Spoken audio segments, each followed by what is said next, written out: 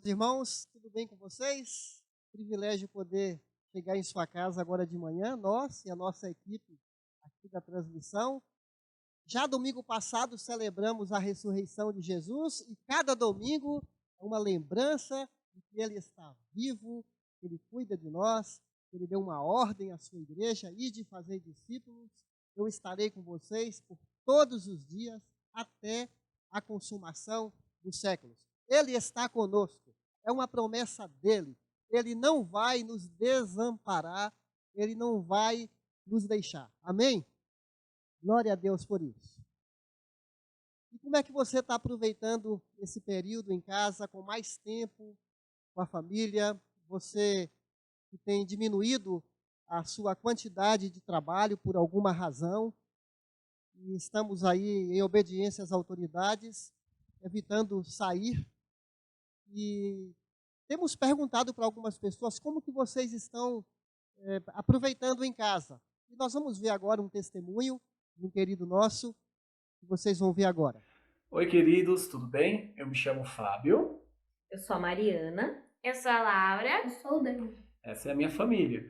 E nós queríamos compartilhar com vocês como tem sido esse tempo nosso de quarentena. Na quarentena tem coisas ruins, mas também tem coisas boas. E vamos compartilhar com vocês coisas boas que têm acontecido com a nossa família, como respostas de oração. Nas Déboras, eu sempre pedia para que a minha família tivesse momentos de devocionais juntos. A gente nunca conseguiu fazer. E se conseguia, dava era briga. Mas a resposta de oração veio e com esse tempo a gente está conseguindo fazer. Não que a gente tenha tempo, né? Porque está todo mundo trabalhando de casa, cada um no computador, cada um no celular. A correria ficou maior. Mas a gente tem tentado priorizar esse momento de devocional porque é o que tem sustentado a nossa família. É o que tem ajudado a nossa família a olhar para a cruz. E a gente escolheu o livro de Atos. Por que a gente escolheu Atos, Fábio? Nós escolhemos o livro de Atos porque o livro de Atos ele narra a origem da igreja. Então, nós estamos estudando a origem, né, da igreja. E a Laura, ela teve uma passagem, ela queria compartilhar. Laura, o que mais chamou a atenção em você no estudo de Atos? No livro de Atos, o que me chamou a atenção é que sempre falava que quando Paulo, os discípulos, a igreja no total, quanto mais ela sofria, mais ela era perseguida, mais ela ficava forte. Ela sempre estava mais forte do que antes. E nesses tempos difíceis, né, nós temos que buscar esperança no Senhor, nossa força tem que vir dele. E além do estudo que nós estamos fazendo no livro de Atos, nós estamos também estudando individualmente os evangelhos. Somos em 4, então cada um ficou com um evangelho. E o Daniel ficou com o evangelho de Marcos e ele queria compartilhar um versículo que chamou a atenção dele. Quem faz a vontade de Deus? Este é meu irmão, minha irmã e minha mãe. Isso. Bom, essa tem sido a nossa quarentena. Espero que Deus abençoe todos vocês. Um grande abraço. Tchau! Coisas boas têm acontecido em meio às provações. Momentos de aproveitarmos para dialogarmos mais, estarmos mais próximos uns dos outros em casa. E tomara que você também seja inspirado a aproveitar bem essas férias forçadas. Gente, eu quero, antes da mensagem, agradecer aqui ao povo de Deus. Já tem um mês que nós estamos nessa situação de não termos os cultos presenciais, como outras igrejas também.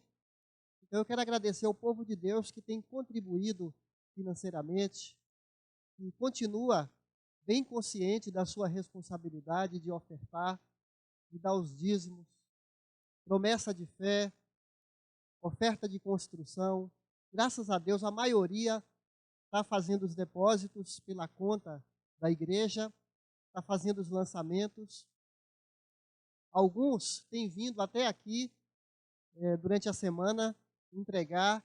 Então, a nossa gratidão a você, que Deus abençoe seu orçamento, sua casa, seu trabalho, sua vida, sua família. Nós somos inspirados aqui na vida de Abel, quando nem havia igreja ainda. Está escrito que Abel, por sua vez, trouxe as melhores partes das suas ofertas, das primeiras crias do seu rebanho. O Senhor aceitou com agrado Abel e sua oferta.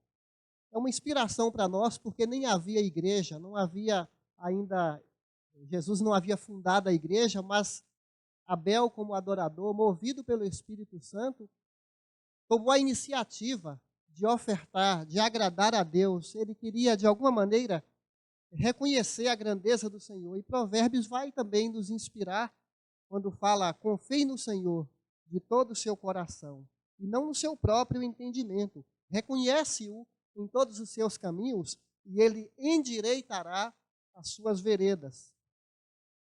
Provérbios 3:9, honre o Senhor com todos os seus recursos e com os primeiros frutos de todas as suas plantações. Então, Provérbios vai fazer um eco à atitude de Abel para nós, para nos inspirar a reconhecer o Senhor com toda a nossa renda. E que o Senhor abençoe nesses dias tão difíceis. Que Deus proteja seu trabalho. Que Deus abra novas portas para você que está sofrendo, de alguma maneira, com essa crise. Porque, na verdade, nós dependemos dEle. O Senhor é a fonte de toda a boa dádiva. O Senhor é a fonte de toda a provisão. O Senhor é a fonte do nosso sustento. Ele cuida de nós. Ele prometeu isso. Eu quero orar com você também nesse momento. Vamos nos dirigir ao Senhor. Ó Deus, assim como Ezequias, Pai, num momento tão difícil, de uma situação tão incontrolável, os nossos olhos estão postos em Ti. É uma situação que nos sentimos fracos, pequenos, mas olhamos para o Senhor que está acima dos homens, acima da medicina, acima das empresas, acima dos governos. Nós confiamos no Salmo 121, quando ele fala: elevo os meus olhos para os montes. De onde me virá o socorro? Em seguida, ele fala: meu socorro vem do Senhor, que criou os montes, que criou os céus, que criou a terra. Ó Pai, nós oramos pelos países que estão sofrendo com essa pandemia. Pedimos teu socorro, sabedoria para as autoridades na saúde, para que o mais breve possível a situação volte ao normal. Tem misericórdia, Senhor. Ó Pai, nós oramos pelo nosso Brasil também, pedimos que as autoridades sejam unidas. Pedimos, Senhor, que o teu povo esteja crescendo na fé, que os novos convertidos não se desviem, não se desanimem, mas cresçam no conhecimento do Senhor, na busca por Ti, que corações sejam preparados para ouvir o Evangelho. Senhor, fortalece cada casa, Pai. Traz Tua paz, se está tendo dificuldades, brigas, dificuldades financeiras. Senhor, nos ajude como igreja a cuidarmos uns dos outros também, para que nenhum de nós passe necessidade. Abre nossos olhos, Senhor. Nos ajude a ter humildade para receber e ter generosidade para compartilhar também. Obrigado pelos irmãos que têm ajudado, que têm doado dinheiro, têm doado alimentos para ajudarmos uns aos outros. Ó Pai, abençoe os PGs, os relacionamentos, ainda que virtuais, que fortaleçam a fé, que nos mantenham unidos. Abençoe os visitantes que têm ouvido a Tua palavra também. Que a Tua igreja cresça, porque a Tua igreja cresce. Mesmo em meio à crise, a Tua igreja está crescendo, porque é o Senhor que cuida do Teu povo. E a Tua palavra é poderosa para trazer esperança, conforto. A Tua palavra é poderosa para nos alimentar, trazer sanidade mental, trazer saúde espiritual e física. Muito obrigado, Senhor. Aceite o nosso culto em adoração agora. Abençoe a Tua palavra na vida do Teu povo. Em nome de Jesus. Amém. Amém. E glória a Deus. Muito bem, meus queridos. Já tivemos a vinheta passando aí, nós estamos dando sequência ao livro de Efésios. Na semana passada, por causa da celebração da ressurreição, fizemos um parênteses e tratamos de outro assunto, que foi sobre a ressurreição de Jesus. Eu lembro bem, eu falei aqui para os irmãos, que a palavra nos orienta ao cristão, para que ele seja confiante e alegre em relação ao futuro. Espero que você tenha guardado bem em sua memória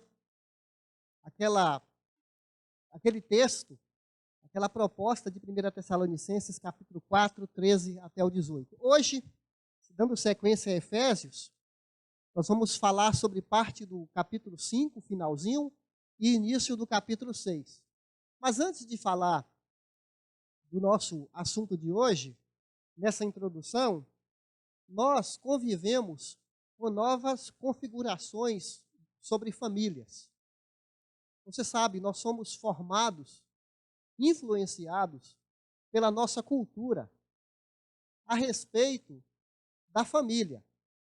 Aquela família tradicional, marido, esposa e filhos, essa família que era considerada a família tradicional, ela tem sofrido, ela tem sido atacada e novas configurações de família têm surgido. A palavra de Deus, a influência judaico-cristã, tem diminuído no nosso mundo e novos conceitos, novos valores têm entrado, têm substituído aquele DNA original que a gente encontra em Gênesis. Então, tem surgido novas formas, configurações familiares, famílias monoparentais, onde a mulher tem os filhos, somente a mulher, onde o homem adota o homem solteiro, ou relações homoafetivas, ou lares já que passaram por vários divórcios, novas configurações. E em meio a tudo isso, há uma mentalidade de relações utilitárias. As pessoas pensando em si, no seu bem-estar, aquele pensamento, eu quero ser feliz, e usa o outro para satisfação dos seus prazeres pessoais. E um sociólogo muito conhecido da Polônia, o Bauman, ele disse essa afirmação: nós vivemos tempos líquidos, nada é para durar. As relações estão superficiais, frágeis, não só na questão de marido e esposa, as relações de um modo geral, as pessoas não estão se apegando a nada, não se apegam nem a instituições, nem umas às outras. Quando eu falo de relações utilitárias, aqueles relacionamentos enquanto convém, enquanto o outro agrada, enquanto o outro satisfaz algo, porque o centro da vida está se tornando a própria pessoa. Ela pensa nela e ela quer, de uma maneira egoísta, ela não dá espaço para o outro na sua vida. E quando o outro incomoda, ela simplesmente deleta. Quando se trata de conflitos, ela simplesmente se mantém à distância e não quer trabalhar nessas relações, inclusive em casamento. Muitos não vão adiante, não criam raízes, as relações ficam supérfluas e elas se distanciam de maneira muito fácil. Os relacionamentos ficam descartáveis nessas relações que ele chama de relações líquidas. E aí nós somos influenciados pelos educadores, pelos psicólogos, pelos formadores de opiniões e ficamos sem referências. Também, em consequência, nós encontramos pais confusos na criação de filhos. Nós encontramos, há pouco tempo eu vi uma capa na revista Veja, são eles que mandam, lares onde os pais tratam os filhos como reis, não podem contrariar, e estão perdidos, e nascendo uma geração sem limites. Então, esse texto que nós vamos tratar hoje vai colocar para nós um padrão que traz para a família que traz para a sociedade, eleva as relações humanas, trazendo qualidade, trazendo para relações humanas um valor que nós encontramos na palavra de Deus. Então, nós vamos abrir em Efésios, capítulo 5.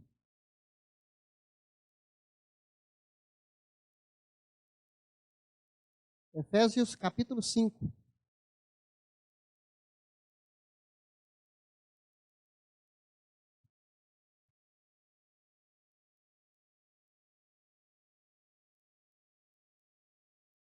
Encontraram aí? Efésios está depois de Romanos, depois de Gálatas. Mas antes de ler Efésios, eu quero fazer uma breve retrospectiva do livro de Efésios para nos ajudar a entrar no capítulo 5. No capítulo 1, Paulo ora para que os olhos do coração sejam abertos e os cristãos percebam a grandeza da herança que eles têm em Cristo. No capítulo 1. No capítulo 2, ele vai falar que nós ganhamos vida, estávamos mortos em nossos delitos e pecados, e ganhamos vida, uma vida nova com Jesus. No capítulo 4, ele vai falar para andarmos de modo digno. É a parte prática da epístola, 4:1, andeis de modo digno. E no versículo 17, não mais como andam os gentios, não mais como vocês andavam antes, conforme o velho homem.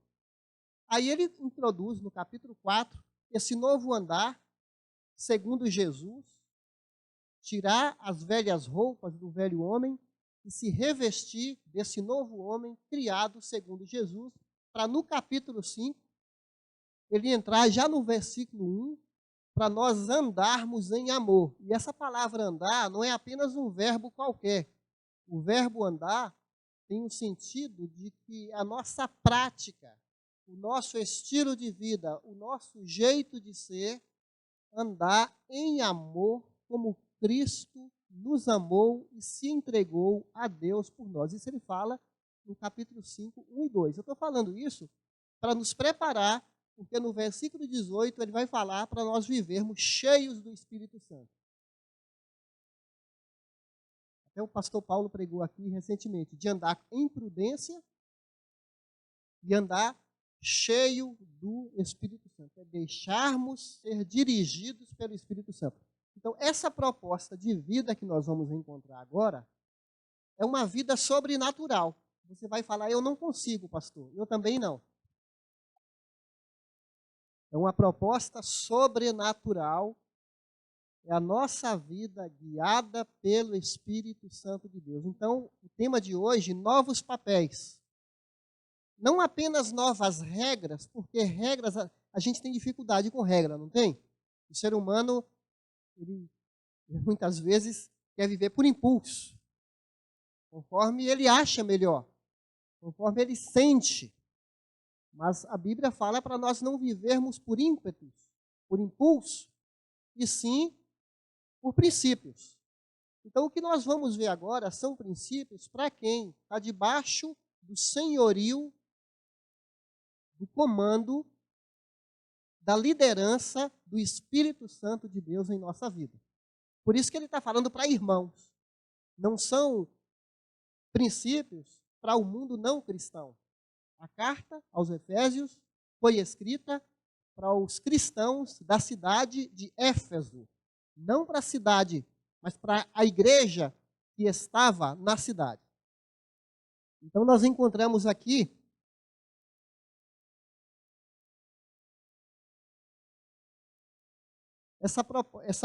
eu vou abrir aqui em Efésios 5, 22.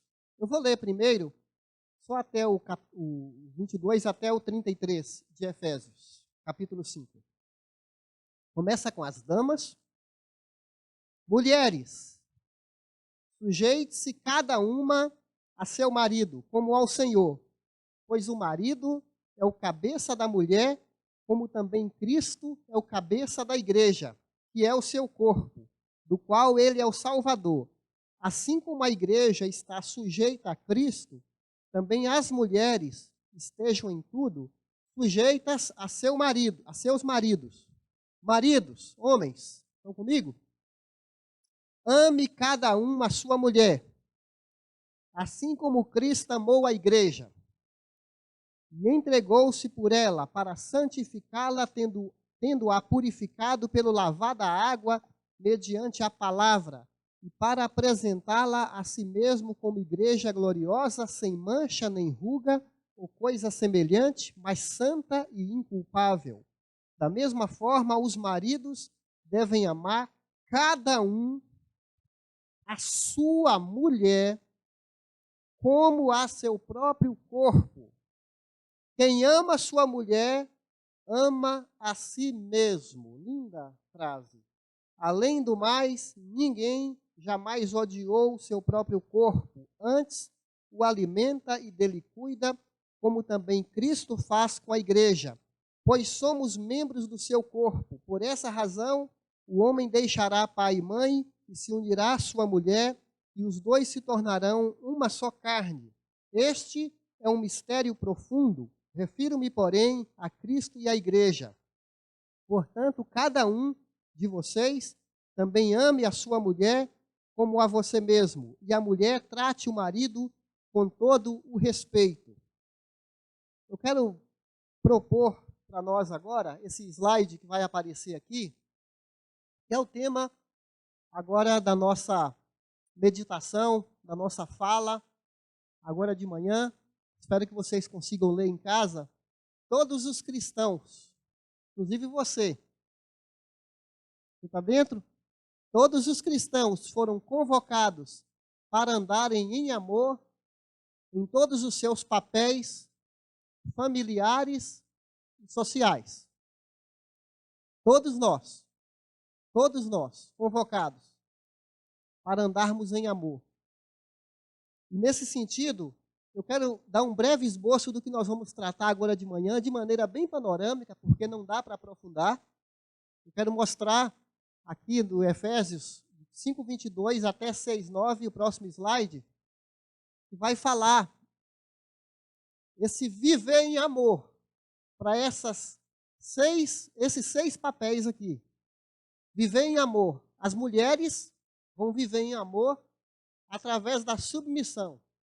Os maridos vão viver em amor através do sacrifício. Os filhos vão viver em amor através da obediência. Os pais vão viver em amor através do discipulado para com seus filhos. Os empregados vão servir em amor através do seu trabalho. Os patrões, eles vão tratar com respeito e dignidade os seus funcionários, em amor. Em amor primeiro a Deus, porque também é uma missão que ele tem também. Então nós vamos ver de maneira bem panorâmica, porque realmente são 6 tópicos, e é como se o nosso Deus quisesse mostrar para a sociedade, assim numa vitrine. Sabe quando você vai ao shopping e as pessoas pegam, imagina uma loja de roupas, pegam as melhores peças e deixam ali na vitrine, para que quando a pessoa está passando em frente, observe aquelas amostras. E quando você vê uma amostra no shopping, a sua vontade é de comprar uma, não é? Você vê como eles capricham.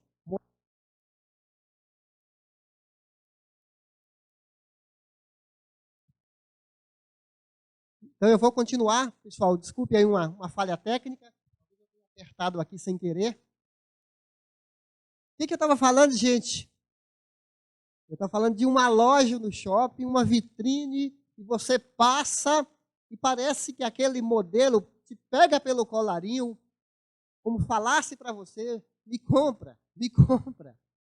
Pois bem, é como se o nosso Deus oferecesse numa vitrine para a sociedade qual é esse novo papel, essa nova forma de viver que Ele deseja dos seus filhos, dos seus discípulos, daquele que é marido, que é esposa, que é filho, que é empregado.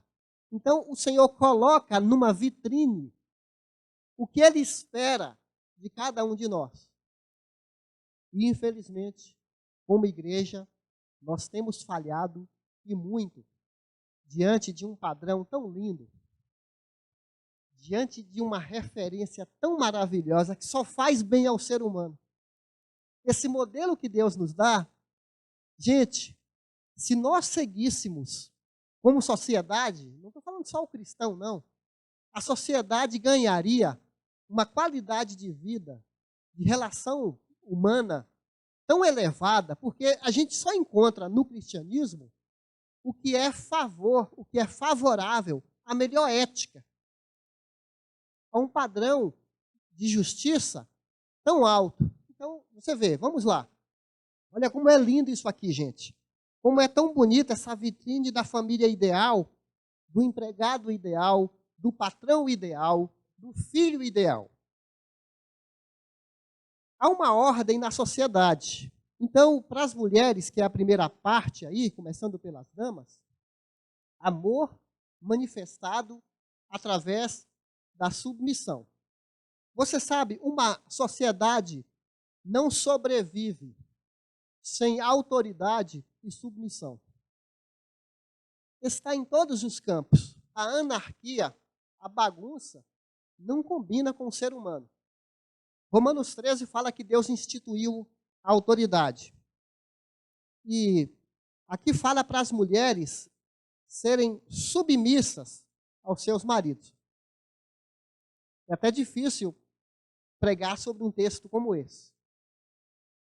Porque ainda hoje, quando se fala da submissão da mulher, levanta-se protestos e questionamento contra isso, por causa de uma cultura machista, por causa de homens que ao longo da história aproveitaram e humilharam as mulheres.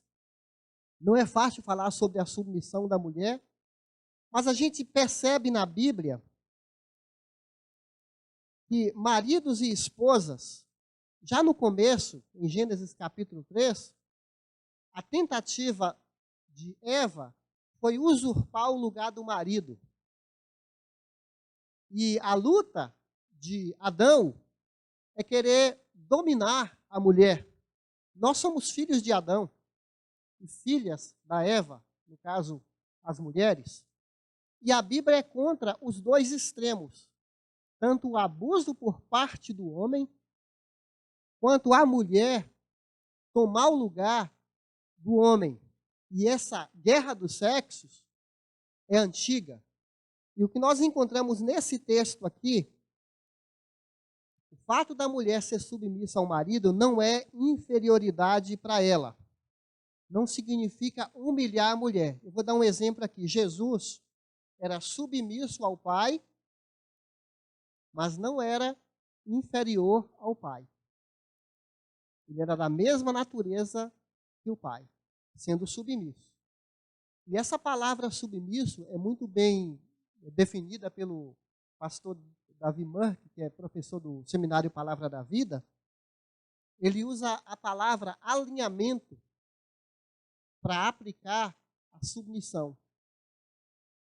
Então, traduzindo, a mulher alinhada, e até eu acrescento agora, aliada ao seu marido, faz o casamento e para frente, como duas dobradiças de uma porta. Sabe quando você abre uma porta e as duas dobradiças estão alinhadas, sem ruídos, estão funcionando bem? Então, a parceria no casamento. É óbvio que em decisões cruciais, decisões muito importantes, alguém tem que ter a palavra final. Por isso, marido, tome muito cuidado para conversar bem com a sua esposa, para ter o alinhamento dela, para que a sua decisão tenha a colaboração dela. Então é importante, não quer dizer que ela é submissa, que não dialoga, que não opina, que não participa do processo das decisões. Mas o alvo aqui é um alinhamento. E também fala para a mulher, no final do 33, para ela tratar o marido com respeito.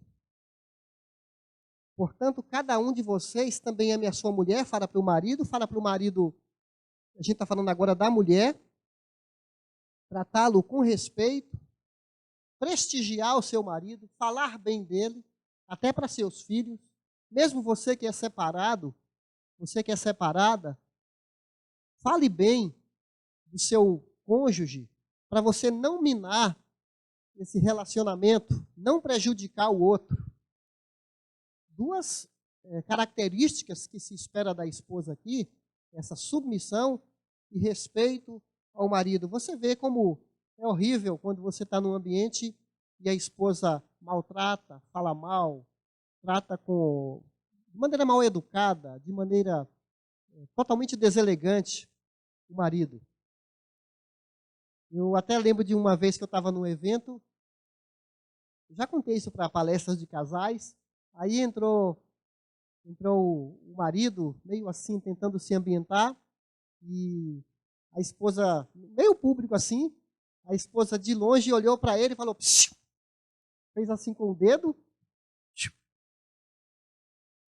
Parece que até os outros homens iam em direção para obedecê-la, tão forte foi a opinião dela, e tinha outras maneiras de falar isso, sem precisar tratá-lo dessa maneira, né, tão assim, brusca.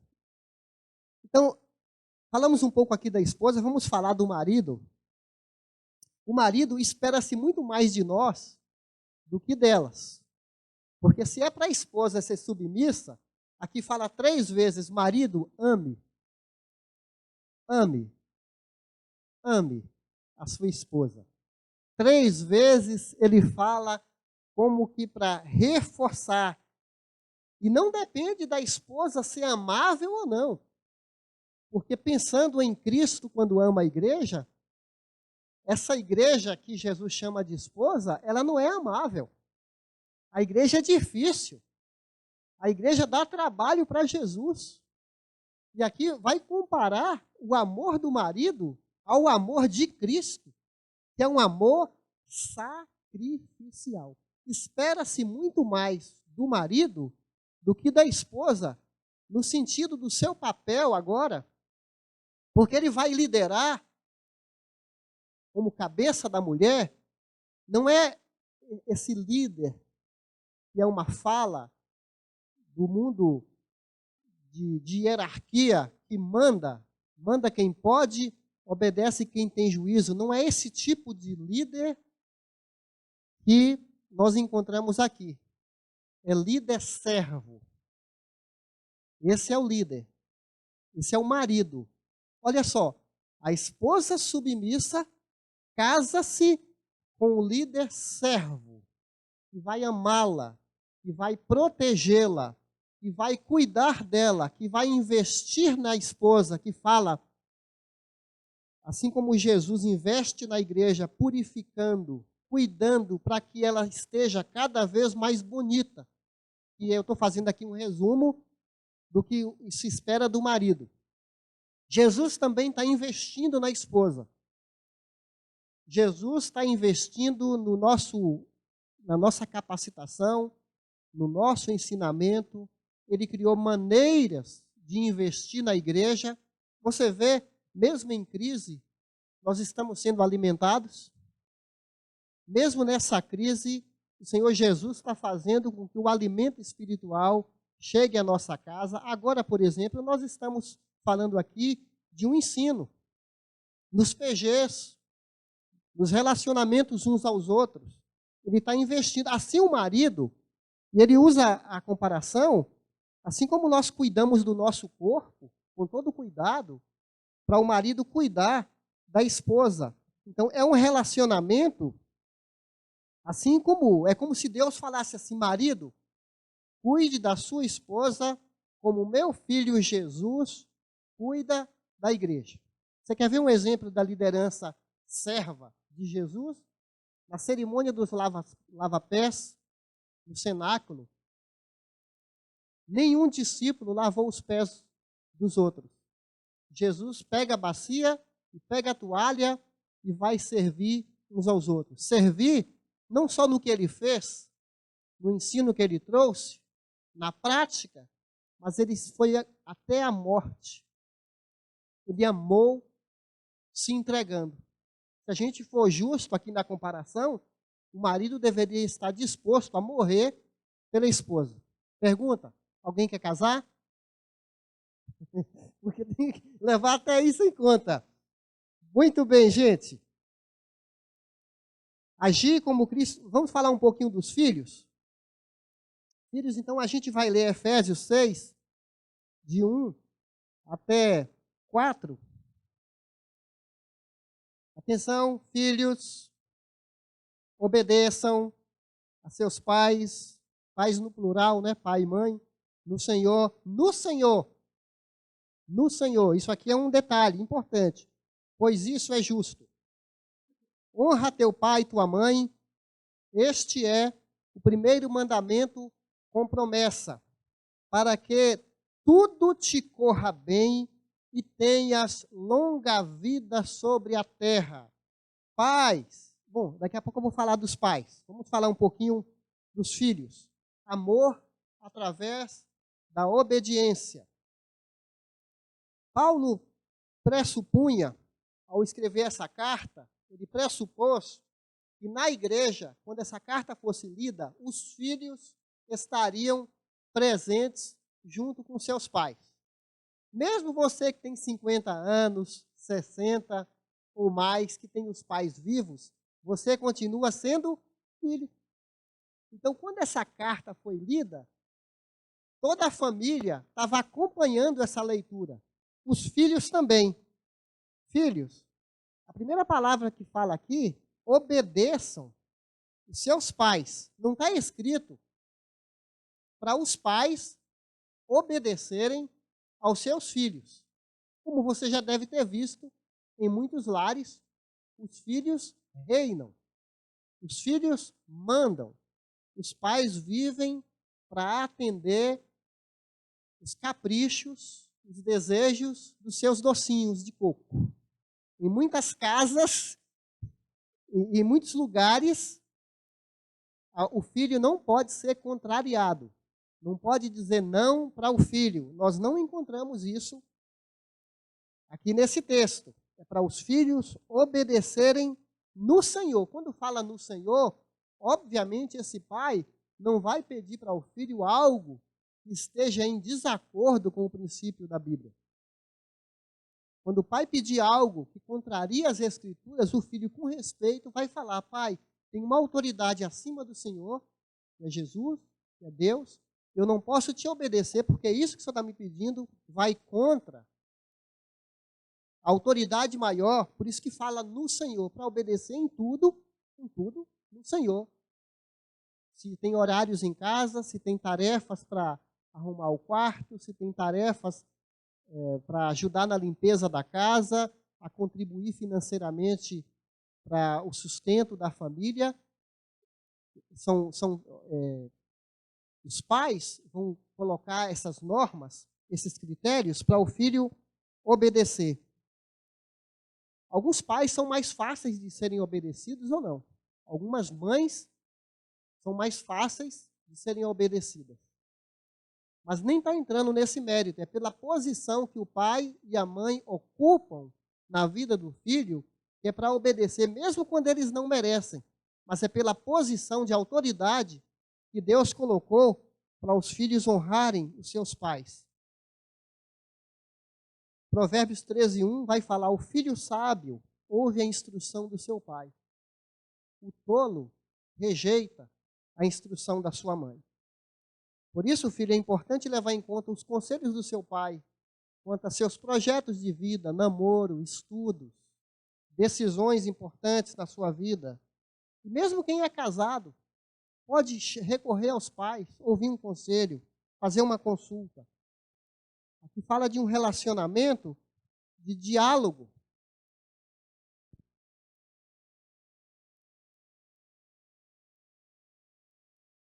Continuando, nós temos agora uma palavra para os pais. Os pais. Criar os filhos através do discipulado. Os filhos são herança do Senhor, Salmo 127. Os filhos são tesouros, herança do Senhor, galardão do Senhor. É um privilégio. Irmãos, é um privilégio ser pai. É uma bênção de Deus ser marido. Precisamos lembrar disso. Os filhos são dados como presentes. E aqui uma palavra para o pai não abusar da sua autoridade. Pais, versículo 4, não irritem seus filhos. Antes, criem-nos segundo a instrução. Instrução aqui tem um sentido de nutrir, de cuidar, de instruir. Não só a instrução verbal, é um cuidado completo. Pais participativos, está no plural aqui, não só o pai, não só a mãe. Alguns maridos se omitem, deixam a mãe sobrecarregada na tomada de decisões. Aqui fala de um casal participativo na educação dos filhos. Esse texto também vai falar para não provocar, não irriteis. Colossenses 3:21 fala, não provoquei seus filhos para que não fiquem irritados. E a gente poderia imaginar aqui desanimados, frustrados, derrotados, amargurados, medrosos, rebeldes. Como é que um pai, uma mãe, como é que eles podem irritar o filho? O pai irrita quando é um pai ausente, que se distancia, aparece só para cobrar, para dar tarefas, não participa do mundo do filho, ignora suas lutas, seus sentimentos. Às vezes o filho calado por dias seguidos, o pai não se aproxima, não pergunta o que está acontecendo. Há poucos dias tinha um dos meus filhos calados na garagem, e eu percebi ele bem triste. E em vários momentos ele estava lá, triste, quando estava conosco, nas refeições. Aí eu chamei em particular, e ele falou para mim, falei, filho, conta o que está acontecendo. Ele falou, nós pudemos conversar, depois ele se sentiu aliviado, me agradeceu, nós oramos. Foi um momento muito, muito especial. Então o pai, ele irrita, ele desanima o filho quando ele é um pai ausente, quando ele disciplina com raiva, descarrega suas frustrações, porque o filho fez uma má criação, uma travessura, ele descarrega. Se é um filho jovem, fala, ofende, machuca, rotula o caráter daquele filho. O excesso de proteção, cuida demais, o filho não pode ir para lugar nenhum, não confia no filho. É óbvio que às vezes o filho abusa da confiança, mas eu estou falando quando o filho é confiável e a mãe cerca, como se quisesse viver a vida do filho, no lugar do filho, sendo que, à medida que os filhos vão crescendo, a gente vai dando liberdade para eles. Nós não podemos tratar um garoto de 20 anos como se ele tivesse 7. Ele tem 20 anos. Há uma confiança maior. Nós não podemos querer controlar os filhos. Isso frustra. Essa falta de percepção do desenvolvimento. Nós podemos irritar um filho quando a gente promete e não cumpre. Fala, ameaça, mas fica aquela fala incoerente. Ou o pai que fica querendo se projetar no filho, exaltando demais o filho, numa hipocrisia que o próprio filho percebe. O pai quer se projetar, então isso irrita. Não pedir perdão. Olha, o 5:21 é interessante nesse capítulo, que é um versículo-chave, que fala para a gente se submeter uns aos outros. Tem momentos que o marido se submete à esposa. Tem momentos, não é só a esposa se submete ao marido, o marido se submete à esposa. Se submete ao filho, quando o filho tem razão. O pai abre mão, até de um pensamento que ele tinha, mas em submissão à lógica, ao raciocínio do filho. Ele abre mão, por respeito, por não querer achar que ele é um paizão, que sabe tudo, que não erra. Aliás, uma das maiores maneiras de aproximarmos dos filhos é quando ele vê que o papai é frágil. O papai chora. O papai ora. Busca a Deus nos momentos difíceis. O papai pede perdão. isso aproxima do filho de uma maneira incrível, porque ele vê que o pai não está fazendo um tipo. O pai é humano, independente de Deus. Então, são dicas aí para os filhos e para os pais. Vamos falar um pouquinho dos empregados, que demonstram amor através da obediência, através do seu serviço. Ué, pastor, amor trabalhando? Eu não morro de paixão pelos meus chefes. Eu sei, tem muitos chefes, líderes, difíceis de engolir. E não é fácil. Não estou falando só chefe, não, gente. Às vezes tem colegas também que são espinhos na nossa carne. A gente pode até pensar, como Paulo falou, Senhor, espinho na minha carne é esse no meu trabalho. Mas é como se a gente ouvisse uma voz de Deus, é para te aperfeiçoar, para você não ser orgulhoso, para você aprender a tolerância, a amar essas pessoas difíceis. Empregados. Nessa época, meus irmãos, a sociedade de então tinha mais de 6 milhões de escravos no Império Romano. Não tinha CLT, não tinha leis trabalhistas. Sabe quem cuidava, quem tomava decisões em relação ao escravo? Era o próprio dono. E há relatos, naquela época, de tantos abusos em relação aos empregados. Eles não tinham direitos, eram maltratados. Daqui a pouco eu vou falar sobre os patrões. Mas os empregados, mesmo nesse contexto, é claro que tinha outros modelos também. Tinha donos de escravos muito generosos, amorosos, tratavam os escravos como se fossem filhos, sabiam distribuir tarefas, tinha escravos que eram mais braçais, tinha outros que eram mais ligados à arte, a responsabilidades diferentes. Mas ele fala aqui para os empregados, obedeçam a seus senhores terrenos, porque eles não tinham controle absoluto sobre os escravos. Eram igualmente a gente poderia aplicar hoje. Temos autoridade segundo a carne. A gente pode trazer esse texto para o nosso contexto de hoje, para os empregados.